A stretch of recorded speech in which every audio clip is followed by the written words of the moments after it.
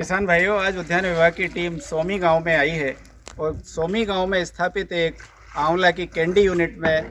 Visit किया है। इस यूनिट में मैं आपको बताता हूं कि आंवले से कैंडी कैसे बनाई जाती है। खास बात यह है किसान भाइयों कि आंवला जो है वो हमारे क्षेत्र में ही यहाँ पर पैदा हो रहा है और सोमी में काफ़ी मात्रा में आंवला जो चकैया किस्म है उसका आंवला बहुत अच्छी क्वालिटी का पैदा हो रहा है और यहीं से यहीं लोगों को रोज़गार भी मिल रहा है। जैसे कि मैं आपको विजिट करा रहा हूँ, दिखा रहा हूँ कि आंवले से कैंडी बनाई जा रही है और कैंडी जो बनाई जाती है खाने में बहुत ही स्वादिष्ट होती है और बहुत अच्छा भाव इसमें मिलता है। तो आपके साथ में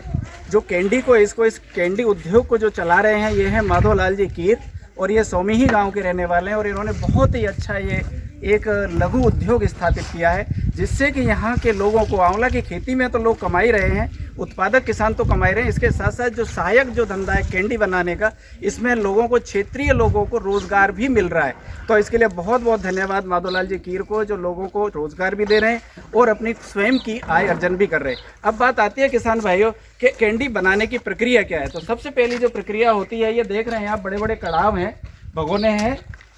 स्टील के अथवा एल्यूमिनियम के बड़े बड़े भगोने लेकर के और अपन लकड़ी पे ही भट्टियाँ बना करके इसको गर्म करते हैं। तो इसमें मैं एक चीज़ बताना चाहूँगा कि जो आंवला है सबसे पहले फ्रेश पानी में आरओ वाटर में डाला जाता है। 50 TDS का जो पानी होता है इसमें, और इसमें आधा घंटा उबालते हैं पहले बैच को। इसके बाद में इसको जैसे ही आधा घंटे के बाद में निकाल लेते हैं और फिर दूसरा जो बैच डाला जाता है वो गर्म करने के लिए 15-15 मिनट के लिए डालते हैं। और इस 15 मिनट के जो गर्म करते हैं आंवले को, इसमें ये इस लायक हो जाता है कि इसकी फाँकें अलग अलग हो जाती हैं पूरे फल की और फल पूरी तरह से पिघलता भी नहीं है, यानी कि उसकी गुणवत्ता पूरी तरह बनी रहती है। अब इसके बाद में किसान जैसा कि देख रहे हो, हमने वहाँ तो उबालने की बात आई थी। अब दूसरा जो स्टेप आता है इसमें, दूसरी प्रक्रिया है कि इनको हम फाँकों को, जैसा कि आप देख रहे हैं ये उबला हुआ आंवला है, ठीक है ना, और इसको इसी स्थिति में हमने उबाल लिया। ये क्रेट में भर भर के ले आते हैं और जैसा कि ये लेबर काम कर रही है और इसमें हर एक की ये जो फाके हैं आप देख रहे हैं, ये फाके हैं और ये बीज है, इसको हम आंवले से अलग अलग कर लेते हैं,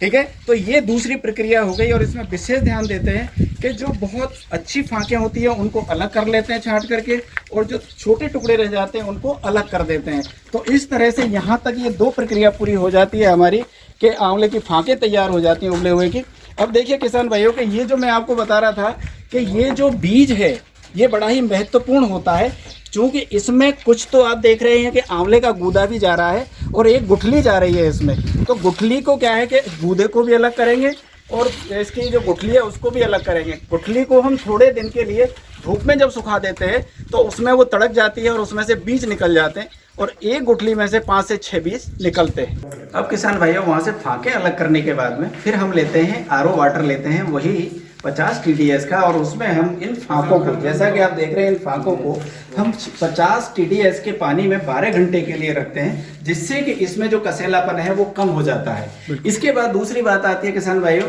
कि 2 दिन फिर इसको 12-12 घंटे के लिए हम इसको फर्स्ट चाशनी में रखते हैं 12 घंटे, फिर दूसरी फर्स्ट चाशनी में हम इसको 12 घंटे के लिए रखते हैं। इसका मतलब हुआ 36 घंटे हमारा पहले 12 घंटे पानी में, दूसरे 12 घंटे हमारे फर्स्ट चाशनी में, फिर तीसरे 12 घंटे हमारे सेकंड चाशनी में। किसान भाइयों, जैसा कि हमने पानी में रखा पहले, दूसरे बाद में फर्स्ट चाशनी में रखा, फिर दूसरे दिन सेकंड चाशनी में रखा, उसके बाद में बात आती है उन फाँकों को निकाल करके हम 56 kg चीनी में 100 किलो फाँकों को फिर मिला करके रख देते हैं और ये स्वतः ही अपने आप इसमें पानी छोड़ता है, ये आंवले की फाँकें, और इसमें फिर से चाशनी बन जाती है और इसमें भी हम 12 घंटे के लिए रखते हैं। इसके बाद में हम इसको छान करके इन फाँकों को फिर निकालते हैं और फिर हम इसको इन फाँकों को 56 kg चाशनी में, वो 56 kg शक्कर में फिर दोबारा से डालते हैं। तो इस तरह से फिर इनको 12 घंटे के लिए रखा जाता है। इसके बाद में जब ये प्रक्रिया हो जाती है, उसके बाद में आप देख रहे हैं कि ये इस तरह का घोल हो जाता है, ये इस तरह का घोल हो जाता है, पूरी तरह से चीनी की चाशनी बन जाती है पूरी तरह से, और इस चाशनी को फिर हम 12 घंटे के लिए रखते हैं। और उसके बाद आप ये देख रहे हैं इस मशीन के अंदर इस पूरी चाशनी को और आंवले की फाँकों को इसमें ऊपर से डाला जाता है। तो इसमें जो चाशनी है वो पूरी बह करके और यहाँ हमारी क्रेट्स में इकट्ठी हो जाती है, जैसा कि आप ये देख रहे हैं, और ये पूरी तरह से ये चाशनी बहुत गाढ़ी चाशनी बन जाती है। ये हो गया, ये आप मान के चलिए कि कम से कम 70 से 80% की चाशनी होती है और ऊपर फाँकें रह जाती है। इन फाँकों को निकाल करके और इसके बाद में पूरी तरह से 4 से 5 घंटे इसमें रखने के बाद में पूरी चाशनी अलग करने के बाद फाकों को इकट्ठा किया जाता है और इन क्रेट्स में भर के या ट्रेज में भर करके और वापस इनको हम धूप में ले जाते हैं। ऐसा कि किसान भाइयों आप देख रहे हैं, जैसे ही वहाँ से हम पूरी तरह से चाशनी से अलग करके फाकों को ले आते हैं और अब हम यहाँ ला करके 2 दिन तक इनको अच्छी कड़ी धूप में सुखाते हैं। फर्श के ऊपर बिल्कुल साफ़ सुथरा फर्श होता है और आप देख रहे हैं कि इनको हम रगड़ाई करते हैं और रगड़ से क्या होता है कि इसमें जो मॉइस्चर होता है तो वो मॉइस्चर निकल जाता है, पूरी तरह से सूख जाता है और इसके बाद में जो इस फाकों ने जो चीनी का घोल जो चाशनी सोख रखी थी वो ऊपर आ जाती है ऑस्मोसिस की क्रिया के द्वारा। ये आप देख रहे हैं ऊपर सफ़ेद सफ़ेद दिखाई देने लग जाती है ये चीनी। तो इस तरह से ये यहाँ पर 2 दिन सुखाने के बाद में और ये लास्ट में आप देख रहे हैं कि ये हम तीसरा दिन जब आ जाता है इसमें पूरी तरह से मॉइस्चर जब कम हो जाता है तो पूरी तरह से ये जो फाकें हैं तैयार हो जाती है और आप देखते हैं कि इसको जब फाड़ करके तो इसमें देखिए आप बिल्कुल भी मॉइस्चर नज़र नहीं आता है और ये बहुत ही अच्छी गुणवत्ता की ये आपकी कैंडी बन जाती है जो कि बिल्कुल भी रख रखाव में ख़राब नहीं होती और इसको काफ़ी समय तक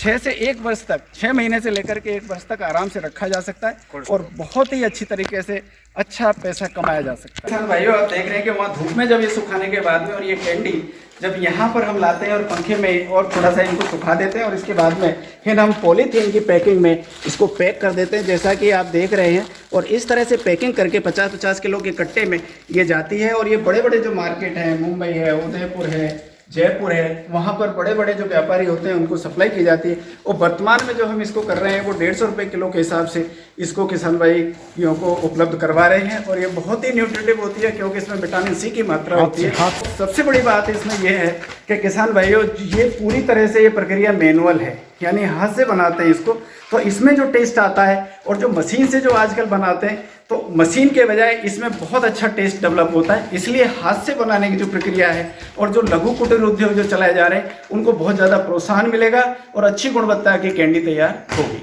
किसान भाइयों देख रहे हैं कि ये जो गुठलियाँ हैं उनको तड़क करके जो बीज निकलता है वो देखिए इस तरह से बीज निकलता है। ये हमने ये बीज निकाल लिया और बीज को हम पौधे तैयार करने के लिए, देसी पौधे आंवले के तैयार करने के लिए बुआई के काम में लेते हैं अथवा आंवले के बीज से जो तेल निकाला जाता है वो भी उप उत्पाद के रूप में काम आता है। और इसी के साथ साथ किसान भाइयों ये देख रहे हैं आप जो गुठली है ऊपर का जो बीज के बाद में जो गुठली बचती है ये इसको पीस करके जो मेहंदी है, मेहंदी में इसको प्रयोग किया जाता है, मेहंदी के पाउडर में, जिससे कि मेहंदी बहुत अच्छा रंग देती है। तो इसका आंवले का हर उत्पाद, हर फल का हर एक अंग, यानी कि मैं गुठली कहूँ, फल कहूँ, फाके कहूँ, बीज कहूँ, सब कुछ काम आता है। तो ये इतने, और इसके अलावा च्यवनप्राश